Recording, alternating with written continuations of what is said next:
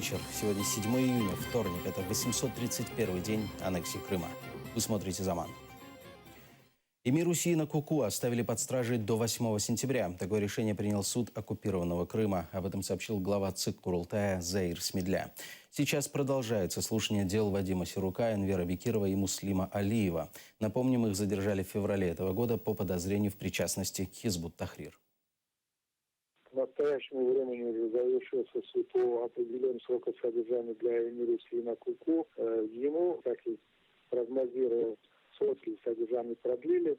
Но единственная новизна, что раньше продлевали по 2 месяца срок содержания. Сейчас, наверное, с учетом того, что месяц Рамазан, решили добавить еще праздничный 1 месяц. Таким образом, определили срок содержания под стражей для Эмира Руси и Накуку до 8 сентября. Я не думаю, что по другим тоже будет что-то отличительное. Очевидно, им всем тоже также аналогично продлят сроки содержания под стражей до 8 сентября. Судакский оккупационный городской суд оправдал участников так называемого несанкционированного автопробега. Сегодня суд провел заседание по Аблякиму Аблякимову, Сейт-Мамуту Сейтумерову, Энверу Чаушу и Алиму Мусляддинову. В день памяти жертв геноцида крымско-татарского народа они проехались по городу с национальными флагами.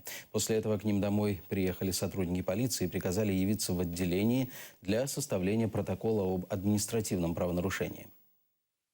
Изначально было понятно, что та статья, которая инкриминируется ребятам, задержанным якобы обвиняемых в автопробеге, она не та подсудность, мягко говоря. И поэтому все те доводы, все критерии доказательства, которые пытались предъявить должностные лица, ГИБДД, в том числе полиция, сотрудники полиции, они не могли быть использованы в качестве таковых. Безусловно, благодаря усилиям адвокатов, которые объяснили свою позицию, что нет ни признаков, нет ни мотивов так называемого автопробега, в котором обвиняют ребят, нет никаких способов агитации и так далее. На этом основании, я полагаю, суд и удовлетворил требования защиты о закрытии административного производства в отношении всех 4 ребят. Надо сказать, что действительно раздражающим фактором для полицейских это был, безусловно, крымско-татарский флаг, который находился в машинах у ребят, и, собственно говоря, к нему было бы все, в общем-то, вопросы и претензии. То есть они сами заявляли, что если бы ребята просто сигналили, а не имелось бы в машинах национального флага, это бы не являлось некой агитацией и прочими вещами. Похищенного Эрвина Ибрагимова объявили во всероссийский розыск. Следственный комитет России по Крыму устанавливает обстоятельства похищения экс-депутата Бахчисарайского городского совета, члена Координационного совета Всемирного конгресса крымских татар, члена Бахчисарайского регионального меджлиса Эрвина Ибрагимова и разослал приметы на поиск в другие регионы Российской Федерации. 24 мая в Бахчисарае Эрвина Ибрагимова похитили. Позже появилось видео с камер наружного наблюдения. На них зафиксировано, как несколько неизвестных, предположительно в форме российской ДПС, насильно сажают Эрвина Ибрагимова в микроавтобус. Позже были найдены машина и документы Ибрагимова.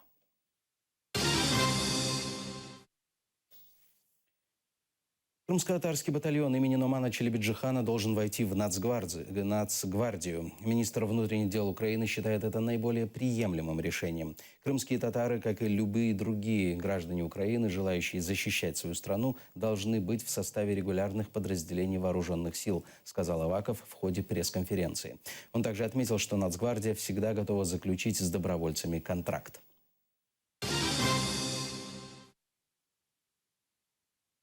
Украина введет персональные санкции против тех, кто нарушал права журналистов в оккупированном Крыму. Необходимость ввести такие меры Порошенко объяснил системными нарушениями российской оккупационной властью прав человека на свободу слова и убеждений. 30 мая российские пограничники на административной границе с оккупированным Крымом задержали журналиста Заира Акадырова. А также оккупанты на 4 года запретили въезд на полуостров журналистки «Украинской правды» Анастасии Рингис. Она ехала в Крым ухаживать за больным отцом.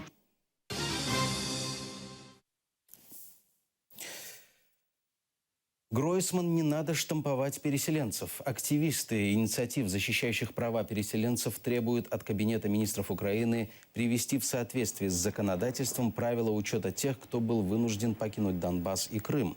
Чтобы быть услышанными, активисты провели пресс-конференцию под открытым небом прямо под стенами Кабмина.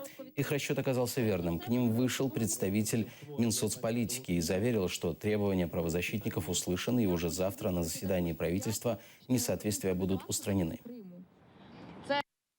Саме штамп міграційної служби не мав на собі ніякого сенсу, окрім того, що цей штамп потрібен для того, щоб штучно створювати черги, штучно продовжувати термін, між яким люди не можуть отримувати власні пенсії, власні виплати. Жодного сенсу в цьому штампі немає. Тому він також був скасований. Тому і громадськість не розуміє, чому скасування такого штампу вилилося в майже піврічне бездіяльність уряду щодо відновлення прав внутрішньопереміщених осіб. Цим проектом постанови, зокрема, скасовується норма щодо проставляння відмітки Державної міграційної служби. Тобто цієї норми вже в проекті постанови немає. Крім того, врегульовуються інші проблемні питання. Зокрема, це, що довідка буде також в проекті постанови прописано, що вона діє безстроково. В Стамбуле в результате теракта погибли 11 человек. В туристическом районе Баязит на автобусной остановке прогремел взрыв. После этого раздались выстрелы. В результате взрыва погибли 7 полицейских и 4 гражданских. 36 человек ранены.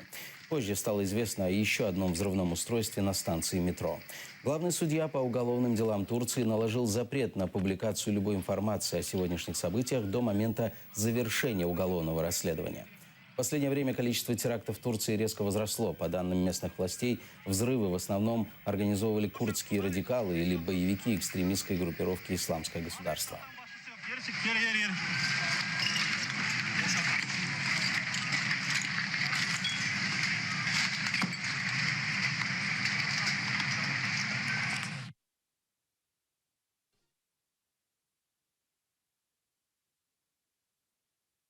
Служба безопасности Украины предупредила серию терактов во Франции. По словам главы СБУ Василия Грицака, теракты планировались во время чемпионата Европы по футболу. Сотрудники СБУ задержали гражданина Франции, который приехал в Украину в качестве волонтера. Долгое время помогал военным в зоне АТО, но позже начал скупать оружие и взрывчатку, рассказывая о своей неприязни к мигрантам и мусульманам в Европе. При цьому француз негативно висловився про діяльність свого уряду щодо масової міграції іноземців до Франції, поширення мусульманства та глобалізації світу. Він також повідомив про бажання вчинити низки терористичних актів в знак протесту. Громадянину Франції було передано 5 автоматів Калашникова, більше 5 тисяч набоїв, 2 протитанкові гранатомети РПГ, 18 пострілів до них, 125 кг тротилу, 100 детонаторів, 20 балаклав і інші речі. Я думаю, не потрібно пояснювати присутнім, які об'єкти руйнувань або які руйнування могли наступити внаслідок застосування 125 кг тротилу. 7 кругов ада медицины по-русски, так назвали жители Керчи уровень здравоохранения на оккупированном полуострове. Керчанин выложил в интернет видео, на котором люди жалуются на состояние медицины. Очереди в больницах и отсутствие доступной медицинской помощи – лишь малая часть проблем российской медицины Крыма. Мне к глазнику не попасть на лечение. Я каждый год, полгода пролечиваюсь глаукому. Я не могу, я бегаю все, пока 7 кругов ада не обойдешь. Чтобы получить эти направления все, да? Да, вот именно, чтобы получить только А вы сейчас слышали, что с 40 коек во второй больнице сократили до 25? Да, да. Как вы оцениваете ваши шансы? Вы попадете Это очень туда? плохо. Не знаю, не знаю. У меня и катаракта, и глаукома. Я не знаю, мы в ужасе. Вот я только в апреле отлежала, вышла.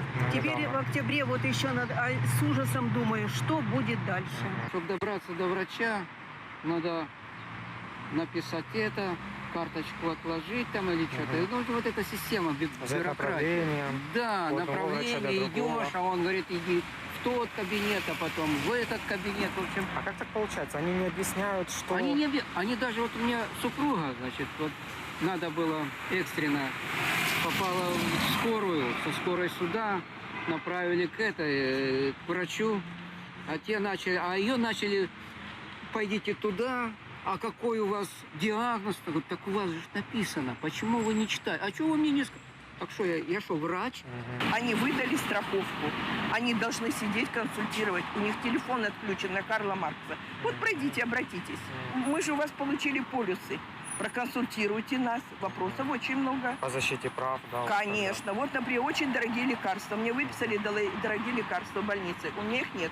Там написано, что вы можете собрать вот эти справочки все, предъявить. Куда предъявлять, что предъявлять.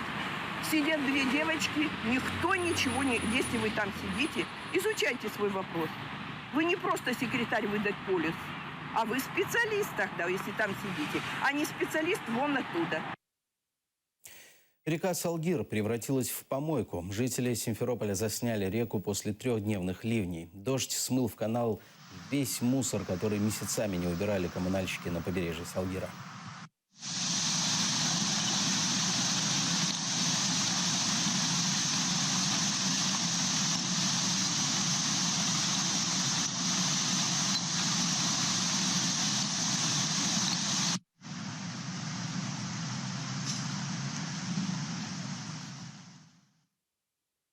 Семья, воспоминания о родном доме и положительные эмоции. В одной из киевских детских библиотек организовали выставку юной художницы из Крыма Нияры Пенька.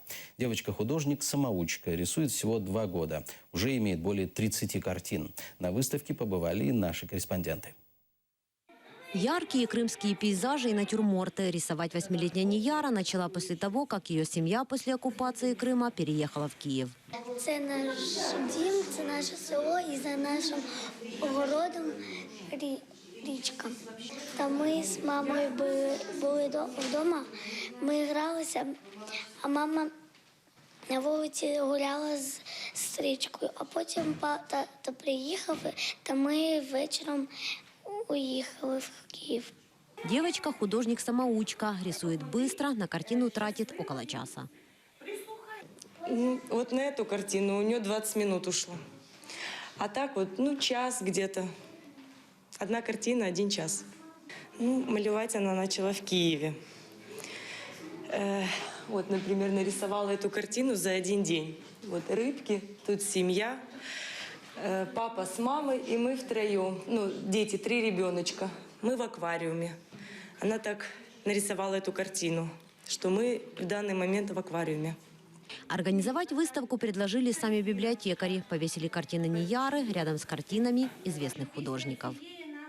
Тут у нас висить картина Цезарія Ганушкевича. Це один із відомих художників України.